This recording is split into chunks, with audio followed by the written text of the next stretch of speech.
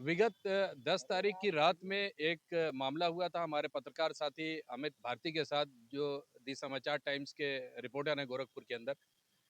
वो रात में कवरेज करने के लिए कोतवाली थाना क्षेत्र में गए थे। वो एक विवादित पोस्टर का मामला था जिसको कवरेज कर रहे थे। उसको कवरेज करने के बाद उनको ये ज्ञात हुआ कि शायद जिन्होंने वो लगाया है पोस्टर, उनकी गिरफ्तारी होनी है। और ये पता चला कि खूनीपुर इलाके से कहीं से गिरफ्तारी होनी है। खोजते हुए ये वहाँ पहुँचे और वो इनको लोकेशन भी मिल गया, वहाँ पर गिरफ्तारी हो रही थी।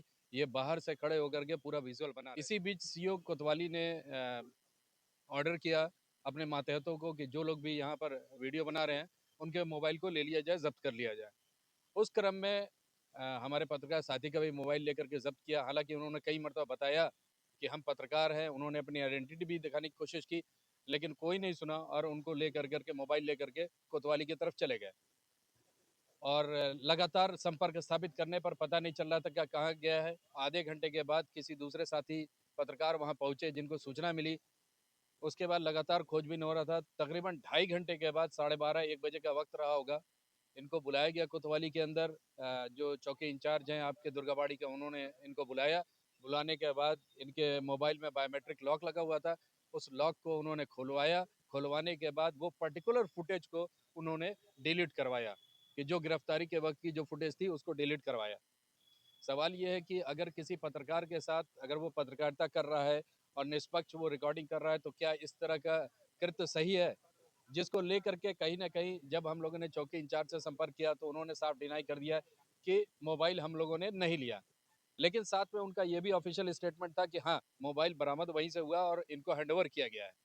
सवाल है कि अगर गलतफ़हमी में किसी पत्रकार को पहचाना नहीं किसी ने और उनको गिरफ्तार कर लिया गया है और जब ये आइडेंटिफ़ाई हो गया है कि वो पत्रकार है, तो उसके बाद उनका वीडियो डिलीट क्यों कराया गया? दूसरी बात कि जिस तरह से वहाँ पर सीओ साहब पेश आ रहे थे या बाकी लोग पेश आ रहे थे, वो ऐसा लग रहा था कि जैसे पत्रकार नहीं, वो आतंकवादी हो। तो इस तरह की अगर जहाँ पर हमारे पत्रकार ना दिन देखते हैं, ना रात, ना धूप, ना छाँव, ना पानी, और अगर वो मेहनत कर रहे हैं और शान-ए-बशान पुलिस के चल रहे हैं, तो इस तरह का कृत्य घोर निंदनीय है। आज गोरखपुर की जितनी भी पत्रकार एसोसिएशन है, संस्थाएँ हैं, वो सब एकजुट होकर के आज हमने वरिष्ठ पुलिस अधीक्षक से मिले हैं, अपनी बात कहा है उन्होंने। उन्होंने आश्वासन दिया है कि इस तरह की पुनरावृत्ति दोबारा नहीं होगी। साथ में हम लोगों ने एक रिक्वेस्ट ज़रूर किया है कि जितने भी आपके चौकी इंचार्ज हैं, उनको ये इंस्ट्रक्ट कर दिया जाए कि अगर इस तरह से कोई पत्रकार हमारे साथी अगर कोई कवरेज कर रहा हो, तो पोलाइट वे में बात करें या फिर इस तरह की हरकत ना हो। तो ये पहला और दूसरा तीसरा चांस है, इनको दिया गया है। अगर इस पर कोई कार्रवाई नहीं होती और इस तरह की अगर फिर से पुनरावृत्ति होती है, तो आने वाले समय में बड़ा आंदोलन होगा और स्टेट लेवल पर इसकी डिमांड रखी जाएगी।